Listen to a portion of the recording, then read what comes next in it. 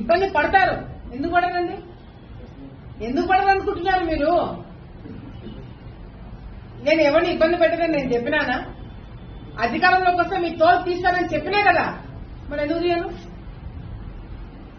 మంచితనం చూపిస్తారనుకుంటున్నారా? మీ దగ్గర ఎంతమంది మీరు తప్పుడు కేసులు పెట్టలే, మీరు ఎంతమంది జీవితాలతో మీరు ఆడుకోలేదు.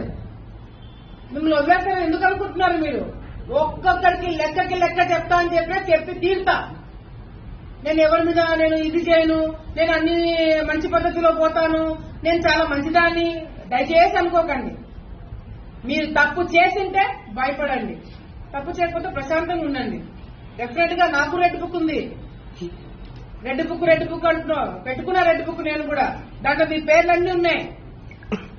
నా వల్ల నేను ఓపెన్ గా ప్రెస్ ముందర చెప్తున్నా, నా వల్ల 100 మంది లిస్ట్ రాసి పెట్టుకున్నారు. ఇంకా 2-3 పాపమని తీసేస్తున్నారు కానీ 100 మంది నా వల్ల ఇబ్బంది పడబోతున్నారు. ఓపెన్ గా చెప్తున్నాను. 100 మంది లిస్ట్ నా దగ్గర ఉంది. ఆ 100 మందిని ఇబ్బంది పెట్టబోతున్నాను. అంటే ఇబ్బంది పెట్టబోతున్నాను అంటే కట్ట తీసుకొని కొడతానో చంపుతానో అట్లా ఇబ్బంది కాదు, అట్లా భయపడకండి. లీగల్ గా మళ్ళీ చెప్తున్నా, లీగల్ గా మీ మీద యాక్షన్ తీసుకుంటాం. మీరు చేసిన అరాచకాలు బయట పెట్టి ఆధారాలు నిరూపించి మరి మీ మీద కేసులు పెట్టిస్తాను. మిమ్మల్ని వదిలిపెట్టము.